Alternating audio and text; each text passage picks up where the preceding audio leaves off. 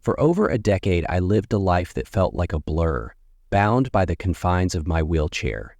It wasn't just the physical limitations, it was the weight of the silence of a world that seemed to forget those who couldn't walk. There was a time when I had dreams of running, of jumping, of feeling the grass beneath my feet. But those dreams faded as the years wore on. I remember the accident clearly. One moment I was on a routine mission, an exploration of an alien planet, a team of highly trained soldiers on a peaceful, scientific expedition. We were mapping the terrain, studying the flora, taking samples for research. The planet had a beautiful, untouched landscape, with bioluminescent forests that glowed under the twin moons and wildlife that seemed to defy explanation. But in the blink of an eye, everything changed. A creature we hadn't detected on our scans. A massive six-legged beast with thick armored skin emerged from the underbrush. It was fast, too fast for us to react. Before we could properly defend ourselves, it struck. I was caught in its powerful grasp, its claws crushing my lower body beneath it. Pain exploded in my mind, a feeling that I would never forget. I remember the moment when I realized my legs were gone, shattered beyond repair. The medics rushed in, trying to stabilize me, but it was too late. The damage was irreversible. They did everything they could to save me, but when we made it back to the ship, I was no longer the person I had been. My legs, my mobility, were gone, and with them, my place among the crew seemed to vanish as well. For the first time in my life, I was weak. I had to adjust. My wheelchair became my world, my constant companion. The medical team outfitted me with the best prosthetics available, but they were no replacement for the life I once had. I wasn't just physically confined. I felt mentally imprisoned too. Every day, the crew would go off on missions, exploring new worlds, engaging in battles, while I stayed behind in the sterile, lifeless hallways of the ship. It wasn't that they didn't care. They did, in their own way. They'd visit, bring me reports from the front lines, try to include me in the camaraderie that was so natural to them.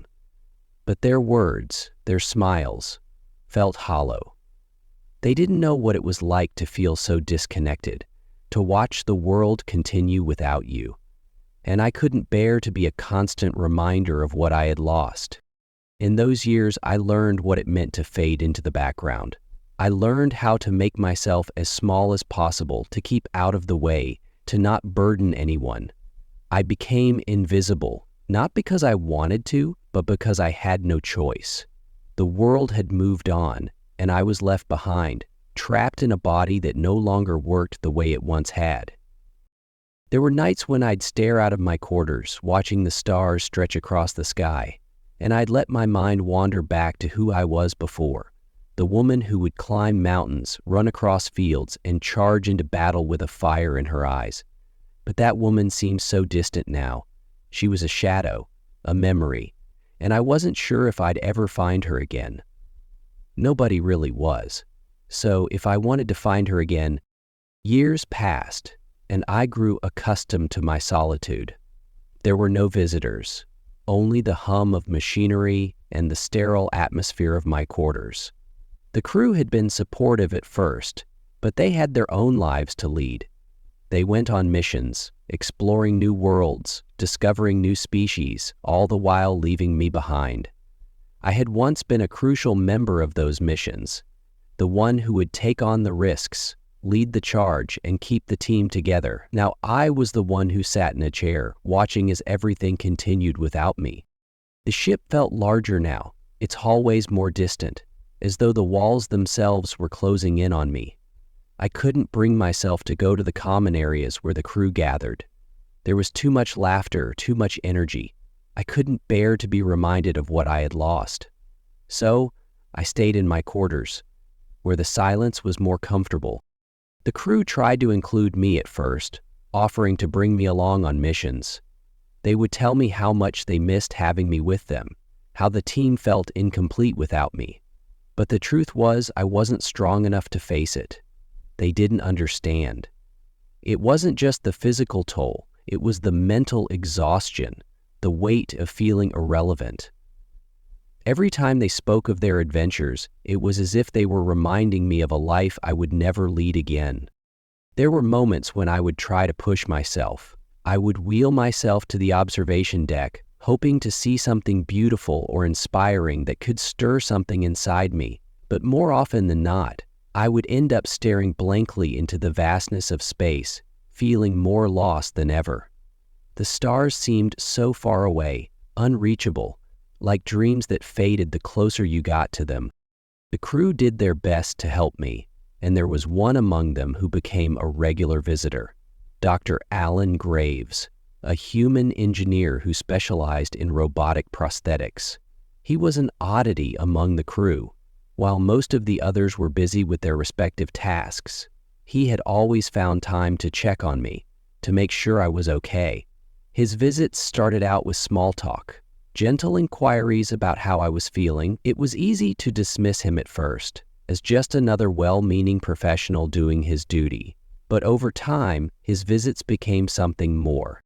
He would often sit with me, talking about his work, about the advancements in robotic technology, the new designs he was working on. I listened because, for the first time in a long while, someone was genuinely interested in something I could contribute to. I had knowledge of biomechanics, anatomy, and physiology, but it had been so long since I had used any of it. He would listen, ask questions, and even value my opinion. And in those moments, I found myself thinking that maybe, just maybe, there was more to my future than the wheelchair I had become so accustomed to.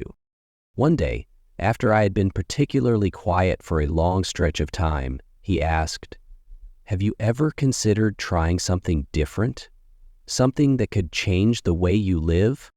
I looked at him, puzzled. "What do you mean?" He smiled softly. "What if I told you there was a way to give you back what you lost? A way to make you walk again, even run if you wanted to?" I had heard promises like this before, too many times to count.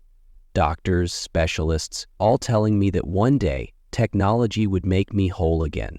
But each time, it had ended in disappointment.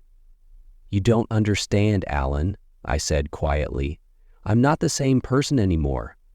No matter what kind of technology you throw at me, I'll always be someone who used to be able to walk. That's all I am now." He didn't say anything for a long while, and I thought he might give up, leave me to wallow in my self-pity as everyone else had. But then he spoke again, his voice steady and unwavering. "I think you're wrong. I think you're more than what you've lost, and I think I can help you prove that." I looked at him, uncertainty and curiosity swirling inside me. For the first time in a long time, I felt something stir, a faint flicker of hope, almost too fragile to acknowledge, but it was there. And in that moment, I wondered if maybe, just maybe, he could be right. Dr. Graves returned the next day with a detailed blueprint in hand, his eyes alight with excitement. I had never seen him so animated, so determined. "I've been working on something for a while now," he said, his voice almost like that of a child eager to show off a new toy. "A new kind of prosthetic, one that's far beyond the traditional limbs. These legs, they're something else entirely. They'll give you full mobility, control, and stability." I was skeptical at first. How could this man, this engineer, however brilliant, promise something that I had been denied for so many years? I had been through countless therapies, surgeries, and new technologies, each one giving me a little hope, only to have it dashed when the results didn't match the promises. The truth was, I had stopped believing in quick fixes, in miracles. But the look in his eyes, there was a conviction there, a passion that made me hesitate. Maybe I was tired of being disappointed, but maybe, just maybe, this was something worth considering. "What exactly are you proposing?" I asked, my voice wary but tinged with curiosity. He spread out the holographic display of the design in front of me, his fingers tracing over the shimmering lines. "These aren't just prosthetic legs. They're fully integrated systems that will respond to your neural signals. They'll move with you, not just in the mechanical way you might expect, but intuitively. It's a biosynthetic interface that directly connects to your nervous system. They're designed to be lightweight but incredibly strong, allowing you to walk, run, even jump with little effort. They're adaptive to any terrain, and they'll learn your movement patterns over time. The word swirled around me, and for the first time in years, I felt a flutter of hope. It sounded too good to be true, and yet something about the sincerity in his voice made me want to believe. I had been locked away in my chair for so long that the mere idea of standing on my own 2 feet again felt like a fantasy. But what if it wasn't? What if there was a way to escape the prison I had created for myself? I ran my fingers over the projected design, inspecting every curve, every seam. I could tell this wasn't some half-baked idea. It was a sophisticated piece of technology, the kind of innovation that only a few people in the galaxy could pull off. I had seen some of his previous work, and it was cutting edge, beyond anything most species had developed in terms of prosthetics. If anyone could do this, it was him. I met his gaze, and for a moment neither of us spoke. There was a weight to the silence, as though we were both acknowledging something that was about to change everything. "I want to try it," I said, the words almost coming out in a whisper. "But you have to promise me something. I can't just go back to how things were. I need to know this is going to work, that it's not just going to make things worse." He nodded without hesitation. "I understand, and I promise you, I'm not going to let you go through something that will set you back. This isn't just about the technology. It's about you. You're going to have control of your life again. You're going to be whole." His words were simple, but there was something in them that ignited a spark inside me. For the first time in years, I felt like I had something to look forward to. Over the next few weeks, the procedure began. It wasn't easy. There were long hours of preparation, adjustments, and constant monitoring as Dr. Graves fine-tuned every detail of the neural interface. But every step of the way, he was there, working with precision, making sure that every connection was seamless, that the integration was flawless. As I lay there on the medical table, my mind raced with uncertainty. What if it didn't work? What if the years I had spent in my wheelchair had forever altered my body, made it incompatible with this kind of technology? But then I remembered Dr. Graves' promise, that this was not just about the technology, but about me. And for the first time in a long time, I felt something other than fear. The day of the final fitting arrived, and I was nervous. The robotic legs lay before me, sleek and glimmering under the bright lights of the lab. They looked almost alien, too perfect, too sophisticated for something that belonged to a human body. Dr. Graves helped me into position, guiding my legs into the harnesses. It felt strange at first, like I was wearing a suit that wasn't quite mine. But there was something else, something I hadn't anticipated. There was a hum in the air, a low vibration that seemed to resonate through the bones in my body. "You're ready," he said, his voice calm, steady. With his assistance, I stood up for the first time in over a decade. My body trembled at first, my legs unsure, as if they had forgotten what it was like to hold me up. But then something shifted. There was a pulse of energy that shot through my limbs, a connection that was so immediate it almost felt like instinct. The legs moved in perfect synchronicity with my thoughts. I was no longer controlling them. I was simply being carried by them. They were a part of me. I took my first step. The first step was shaky, uncertain, as though I had forgotten what it was like to move with purpose. But the moment my foot lifted off the ground and my weight shifted, I felt something deep, something almost ancient, a connection. My mind sent the signal and the legs responded, instantly, smoothly. It wasn't like the stiff, awkward movement I had feared. No, it was more natural than that. For the first time in years, I felt what it was like to be whole again. to feel the ground beneath me, to know that I could go anywhere, do anything. I took another step, then another. Slowly at first, each movement deliberate, testing, as though I didn't fully trust the system. But the more I moved, the more confident I became. The robotic legs responded to every thought, every shift in my balance, adjusting with precision. It was nothing like the prosthetics I had been fitted with before, which had always felt like clunky, heavy add-ons to my body. These were a part of me. Dr. Graves stood beside me, watching closely, a proud yet patient expression on his face. His hands hovered near the controls, ready to make adjustments if necessary, but I could tell he was waiting for me to find my rhythm, for me to realize that the power was in my hands now. "You're doing great," he said, his voice calm but filled with something I couldn't quite place. Maybe it was relief, or maybe it was just the shared joy of seeing something that had taken so much effort finally come to fruition. "Take your time. Let your body get used to the movements." I nodded, though part of me wanted to break free, to test the limits, to see how fast I could really move. But I had learned that patience was key. Even if these legs were designed to give me freedom, I couldn't let my excitement rush me into mistakes. With every step, I grew more comfortable. The weight on my legs was nothing like I had imagined.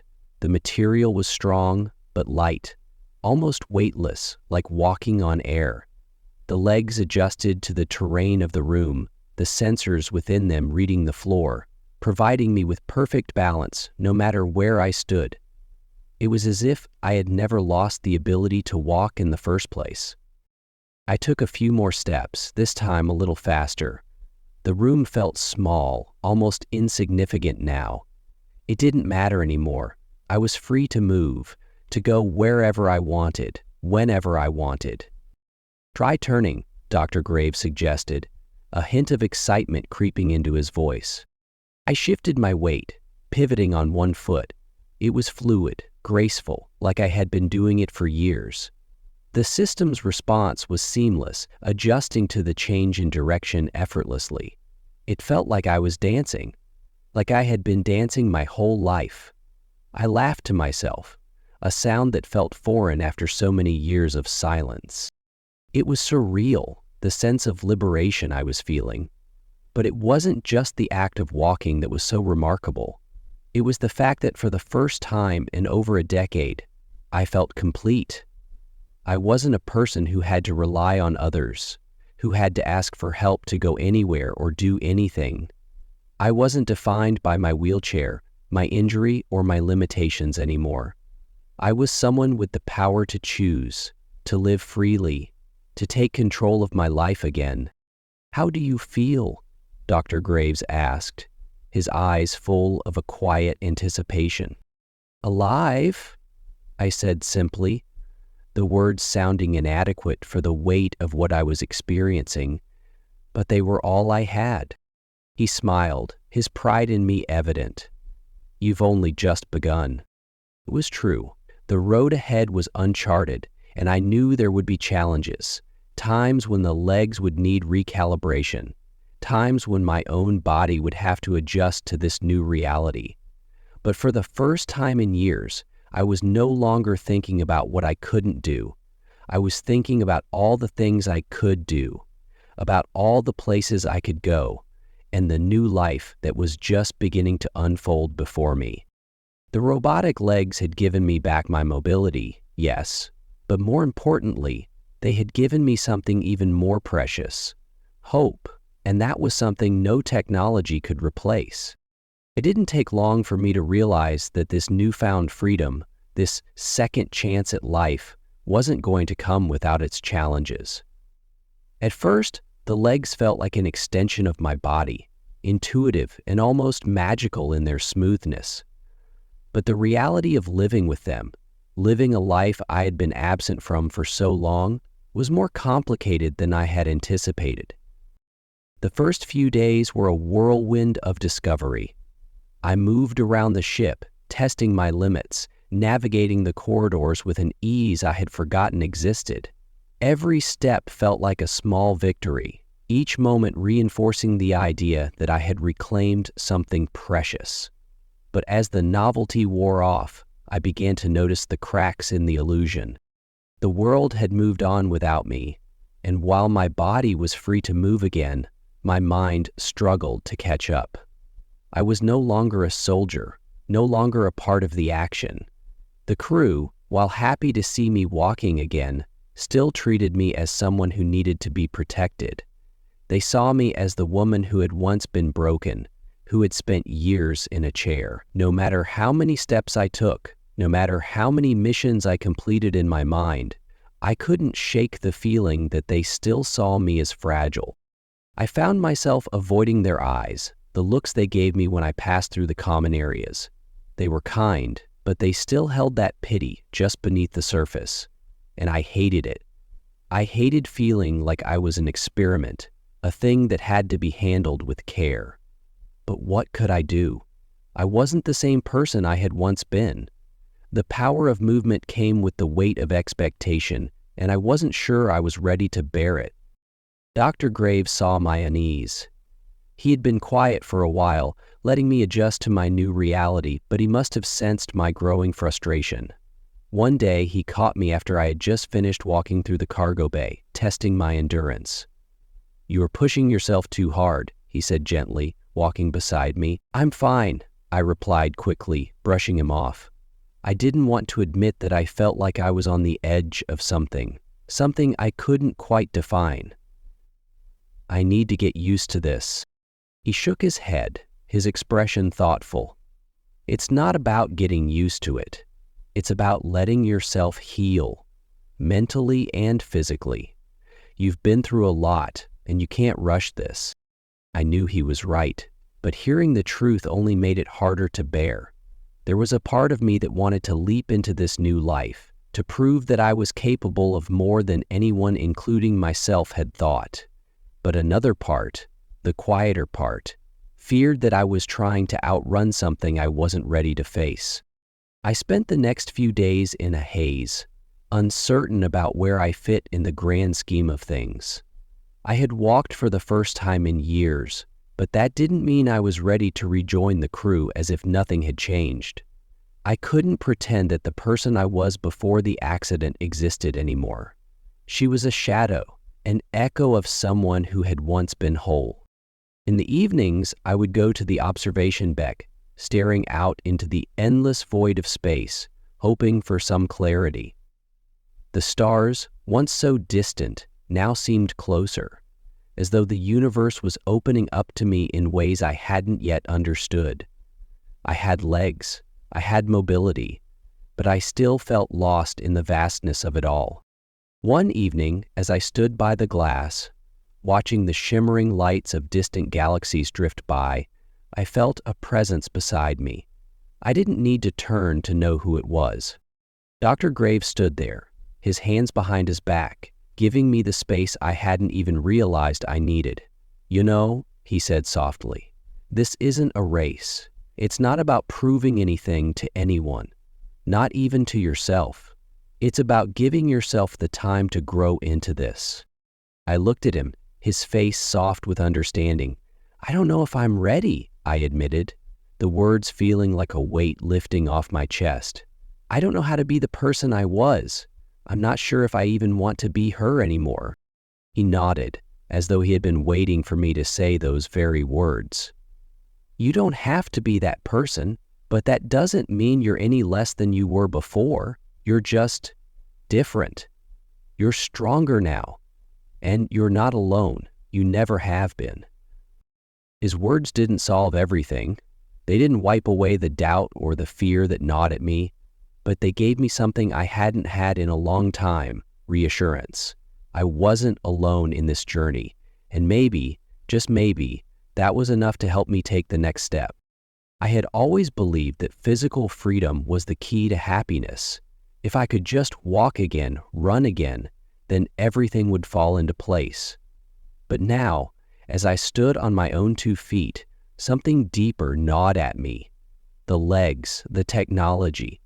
It was a miracle, yes, but it wasn't the complete answer. It didn't solve the complexities that lingered beneath the surface. The crew had started to treat me differently, but not in the way I had hoped. They were still cautious, still uncertain how to interact with the new me. I couldn't blame them. I wasn't sure how to be the new me either. The woman who had once led teams, faced danger head-on, and navigated alien worlds with confidence, had faded into a memory. Now, I was a stranger to myself, and no amount of walking could change that. I tried to immerse myself in my old routines. I began sitting in on strategy sessions again, offering my input on the latest missions. But each time I spoke, I felt as though I was standing outside of myself, watching from a distance. My voice, once strong and certain, now sounded hollow. The crew listened, but their eyes betrayed a silent question. Could I still keep up? Did I still belong with them? Days turned into weeks, and I continued to struggle with the weight of this new reality. There were moments when I felt the old fire inside me stir, when the thrill of discovery or the challenge of a problem would spark something in my chest. But those moments were fleeting. They would come and go like a breath, and when they passed, I was left with a familiar emptiness. Dr. Graves continued to check in on me, though his visits had become less frequent as my physical healing progressed. He had done what he set out to do, and the robotic legs were functioning as intended. I was walking again, even running at times. But every time I stood in front of him, I saw the same concern in his eyes. He knew I was struggling. He could see it in the way I moved, in the way I hesitated, like I was still unsure of myself. One afternoon, after a particularly difficult meeting with the crew, I found myself standing in front of the observation deck again, staring out into the endless expanse of space. The stars were a blur, distant and cold, and I felt the same isolation I had felt during my years in the chair. Dr. Graves appeared beside me once again, silent at first, just standing there, letting the moment settle. After a long pause, he finally spoke. "You're not broken, you know," he said quietly. I turned to him, taken aback. "I feel like I am." "You're not," he insisted. "You've been through something unimaginable, and now you're standing. That alone is something most people would never even attempt. You're a survivor." "But I'm not the person I was," I said, my voice barely above a whisper. "I don't know if I want to be her again, and I don't know who I am now." Dr. Graves watched me for a long time, his expression thoughtful, before replying. "Who you were isn't all you are. What happened to you, what you've gone through, doesn't define you. It's a part of you, yes, but it doesn't have to be the only part. You still have the power to choose who you want to become." His words were like a lifeline, but they didn't immediately offer me the clarity I craved. I was still lost in the weight of the past, the feeling of being disconnected from the world I once knew.